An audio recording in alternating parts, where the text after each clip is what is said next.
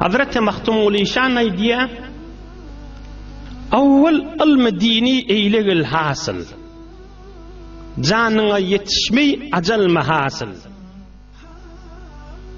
Awwal ilm dini eylegil hasıl. Yaş oğlum, awwal ilm diniden haberli ol.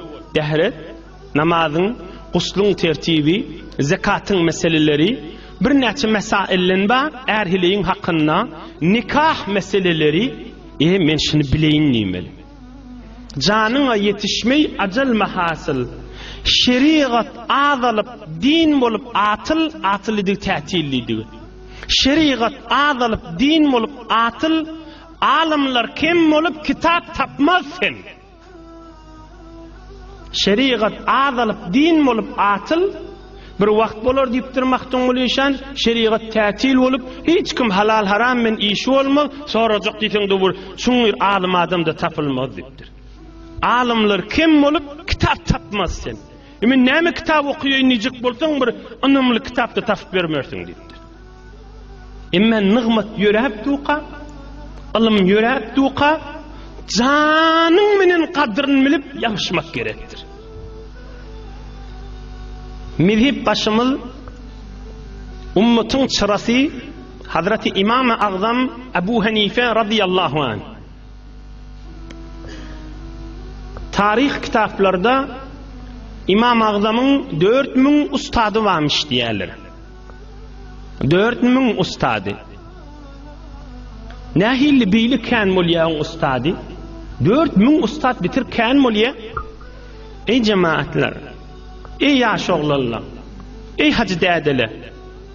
Hazreti İmam Azam Ebu Hanife bir çofandan goýunyň bir dowaryň ýaşyny sorapdyr. O da dowar garryp öz ajalyny öýde ölse, hamany 7 ýaşaýanlar ýa palança ýaşaýanlar diýipdir da. Ebu Hanife şoňa da ustadym diýenmiş. Ilma hormat goýýanmış. Ýoksa şondan bir dowaryň ýaşyny sorady da, o da aýdypdyr palança ýaşaýanlar diýipdir. Ýa bir çofandan it barada sorapdyr. Gujuk it. O da jogabyny aýdypdyr. İmam Azam şonu hemişe men ustadymdyrsyň diýenmiş. Ilim we ilim eýesini bir kelimede öwrense şoňa ustadym diýenmiş. Bir alimlardan bir mübarek hadis ya edip ya ilim eşitse ustadym diýenmiş. Ilma hormat goýýanmış. Ilma hormat goýýanmış.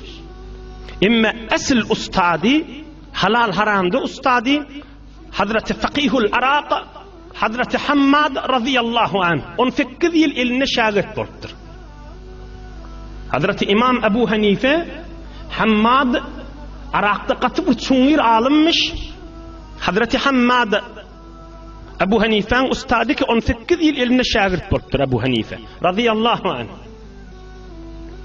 Inni şu ustadlarynyň bir ustadlar kän molly. Emma çyn elini şagirt bolup DVD oturup da ders alany Hammad. Inni ustadlarynyň biri kim?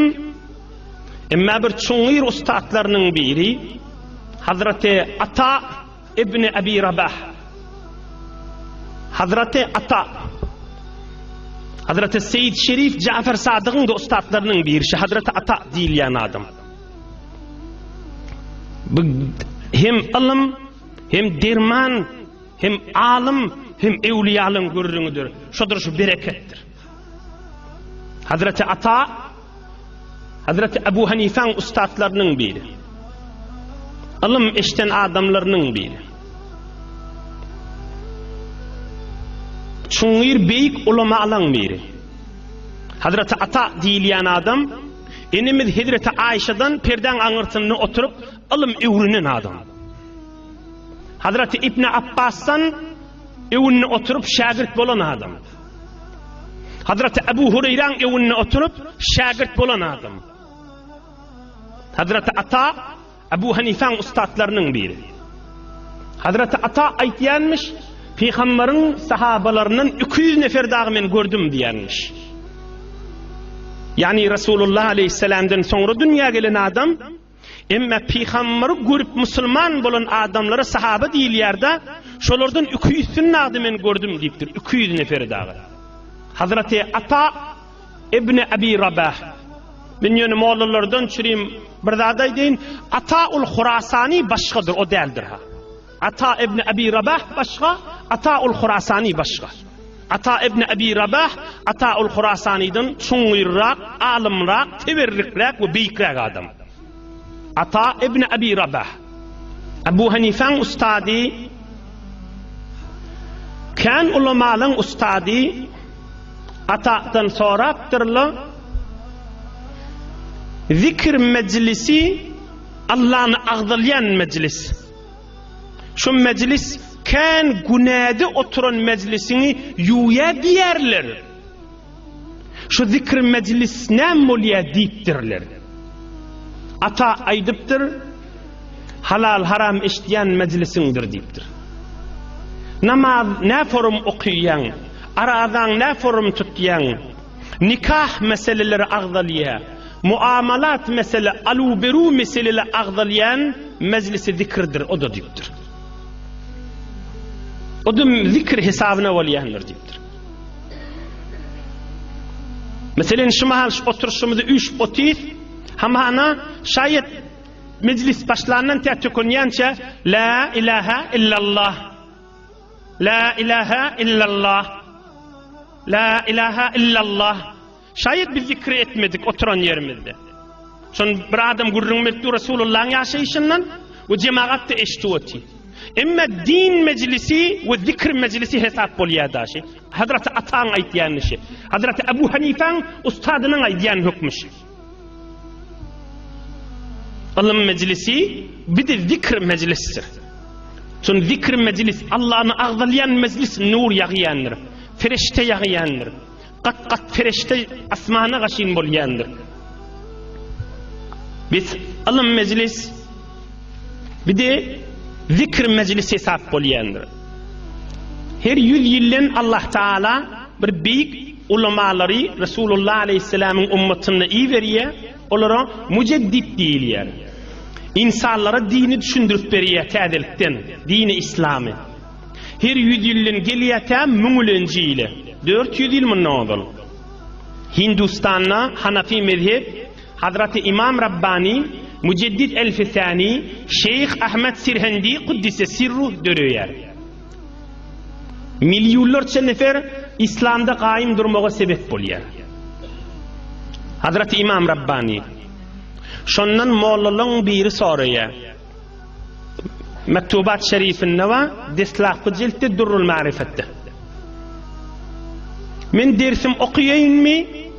Moğolçuluk dersimden ya kitaplamı yapıp zikre oturayım mı diye. Yoksa mektubat şerif okuyan adamlar bilyendir.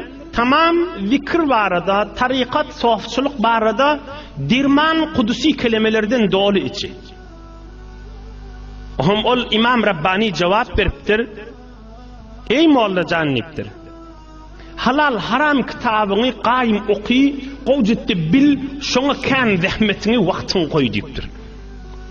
Ol yatacak vaktin, turan vaktin, hamana azan qamadın arası, hamana tekbir, farz bilen sünnetin arası, fırsatlerden istifade etti zikre oturağı deyiptir. İmme amik vaktini mun üstüne koy. Ki camiede ilim azalıp bariye, halal haram bilyen adamlar azalıp bariye, mesail bilyen adamlar azalıp bariye, mesele bilmeden çürüyüm kan vakt koy deyiptir. Mun ilminden ozollağı, mun ilminden ozollağı, mun ilminden ozollağı. Qazık qaqıp dinanalar, halsa dokanlarını dağıda, şu zamanın şayet çoğuyur alimlerinin ilmi kan olsun. Demiş halsa dokap veren yerini ilma yetişenmiştiklerden. Onun için tarih ulemalardayı diye mun ilminden ozolqi yortup birin oğlunun bilyen zadi, yortup birin oğlunun bilyen zadi, mun yıl sonraki alimlerden ilmi kan deyip. Näme boldy? Mun ilminden ozol yortup birin bir oğlun 14-15 yaşında şoň ilmi mun yıl sonraki gije onu okapatan alimden ilmi kan boldy deyip. Näme deyip? ol şu doğuptur ilm eşitipede çay, su, naharın başında. Oynap beren yerinde, oğlanların arasında, oğlançıkların arasında. Ol ilmin içinde yoğuruglu oluyor. Onu yoğuruglu oluyor ilmin içinde. Yine o hatta olmasa da eştin ilmini, mübarek ilimler şudur şu sogap, şudur şu ibadettir. Halka karşın getirmek.